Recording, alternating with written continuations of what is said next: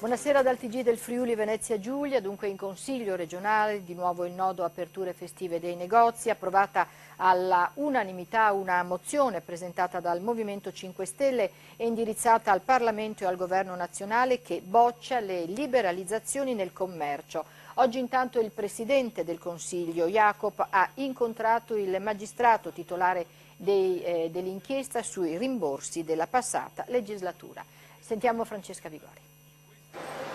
Il Consiglio regionale boccia compatto 1 anno e mezzo di liberalizzazione delle aperture dei negozi e chiede di riappropriarsi della competenza legislativa e della potestà di regolamentazione nel settore del commercio. Lo fa con una mozione indirizzata al Parlamento e al Governo nazionale. L'iniziativa è partita dal gruppo del Movimento 5 Stelle e ha ottenuto l'adesione del vicepresidente della Giunta Bolsonello e di consiglieri di tutti i gruppi.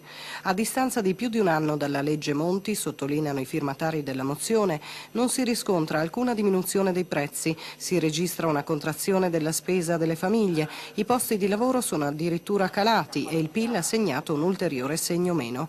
Il provvedimento, osservano, non ha fatto altro che rafforzare la grande distribuzione organizzata a scapito dei piccoli negozi, 624 dei quali nella nostra regione, dato Confesercenti, hanno chiuso i battenti solo nei primi 6 mesi dell'anno. Con questa votazione chiediamo alle Camere e quindi al Parlamento di rivedere, quantomeno modificare, se non addirittura abrogare il famoso articolo 31 del decreto Salva Italia.